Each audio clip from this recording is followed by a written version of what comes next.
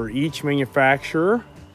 We got the Hellcat Charger, got the GT500, and the Dodge Redeye, aka Demon motors in that car right there. 797, 760, and 707 right here.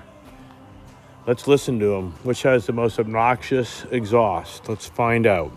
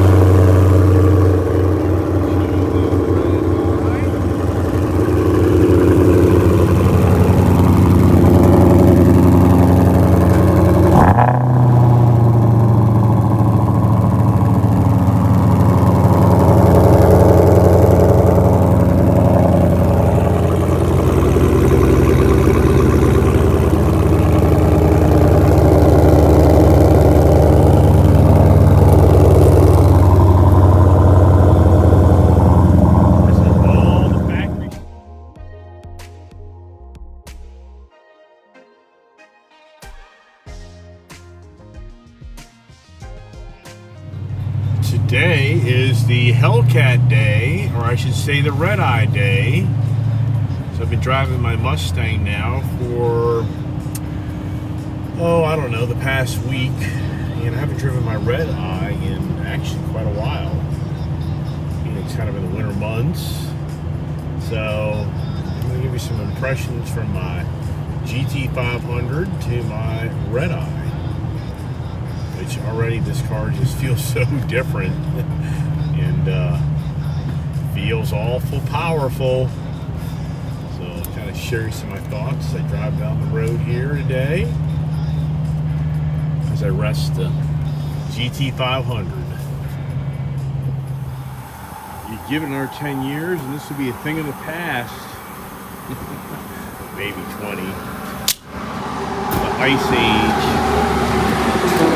Combustion engine age coming to an end, huh? I don't know. Out on the open road, the Hellcat Redeye, and she is more of a comfortable ride, which I think some would kind of know that. Not as noisy. I don't know if you'd say she's less choppy, but I think a little less choppy. Fun car to drive. Definitely a road car for sure. Definitely drive this long way. Be very comfortable. And power-wise, I'd say they're about equal. Even though the Hellcat has more power, it's heavier. It's head-to-head rolling down the road. If you kind of nail it, higher speeds, I think it'd be kind of pretty close. Out here in the country, getting nice country roads out here. Good driving. Got a feel for what your car can do. And the Mustang, the Hellcat. And kind of hear the exhaust. So now I'm in the sport mode. See how she sounds.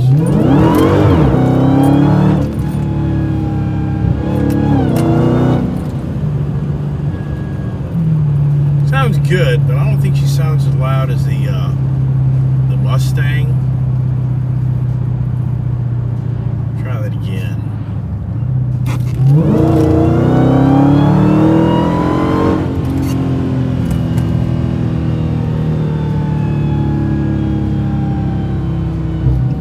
Got her in the track mode now. Let's see how she sounds in track.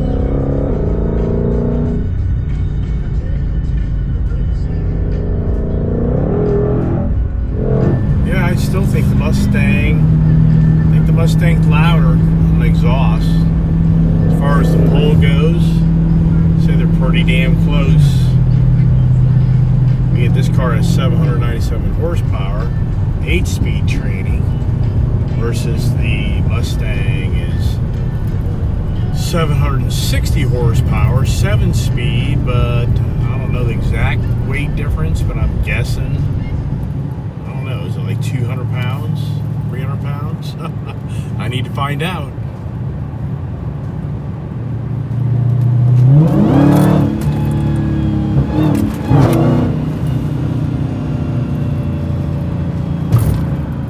I haven't had this car in track mode, believe it or not. I'm surprised. She's not too rigid. Here we go. She's actually very, she's a little more comfortable than I thought. That should be really choppy and bumpy. And not too shabby. maybe the road's just too nice to me right now, but Fun factor. A little bit. the track mode's nice, actually. Better than I thought.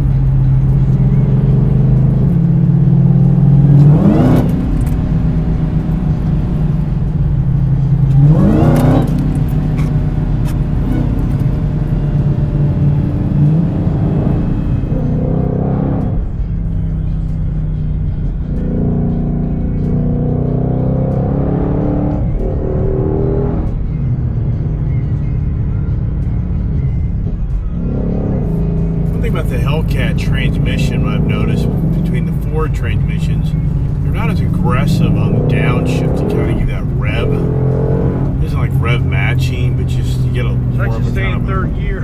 higher RPM There's downshift. a little burp in there, popping. Factor. I haven't I heard don't know that why or that not. is. My 10-speed auto GT Another Mustang pop. definitely Popping when she goes has a gear lot to of gear. that. Some people feel like Pretty neat. too much of jumping around in gears. But the 7-speed GT500, it definitely has more of a you know, interaction with you as you downshift. And the Hellcat, it just doesn't really have that, I don't know, fun factor downshift, which I kind of wish it did have more of aggressive type of downshifting. And for the guys that buy these things in manuals, they're like, yeah, I know how to fix that problem. Or, sure, take your paddle shifters, but once again, the Mustangs just seem to do it on their own, and it is a nicer type of fun time.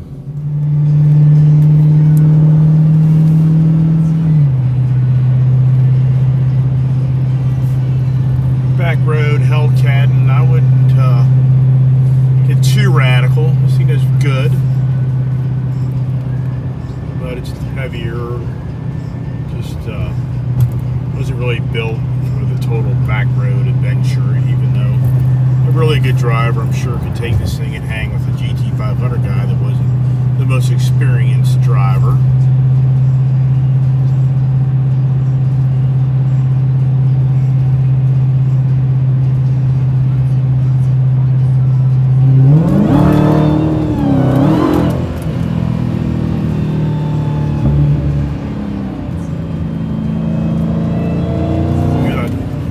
Good old supercharger.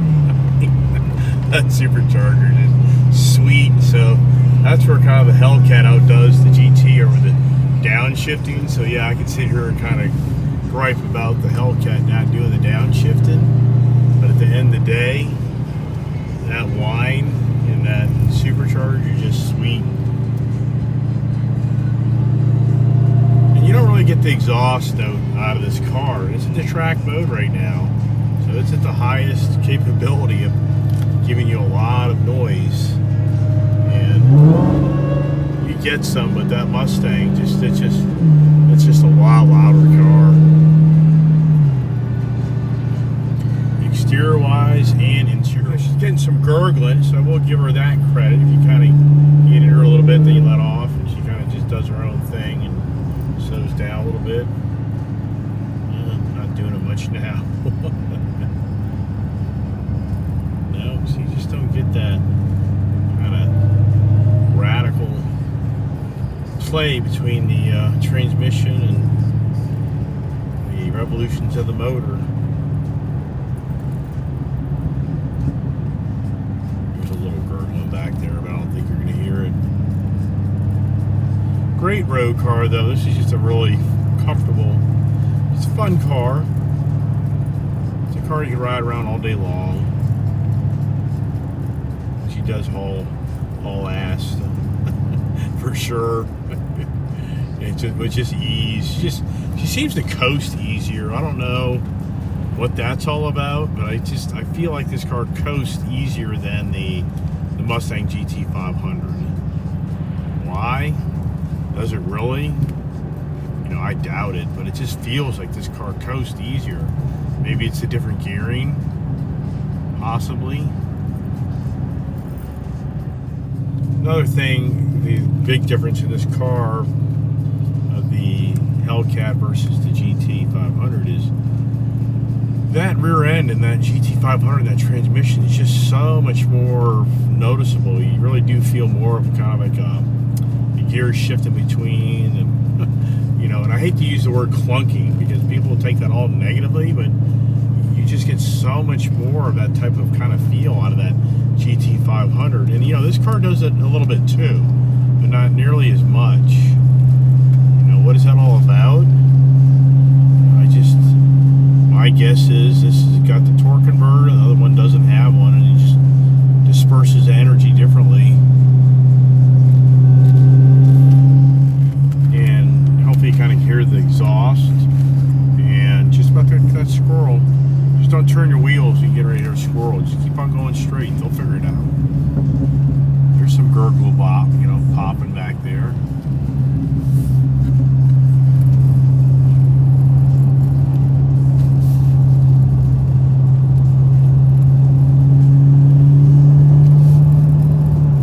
Rumble's nice on all these Ice Age cars. Pretty hard to believe now. The Hellcat's been around for 5 years, going on 6 years, just about, and I would set the precedent of this American muscle. Even though a lot of people think that the Mustang's the wrong category now, being called American muscle, but anyways, it's obvious.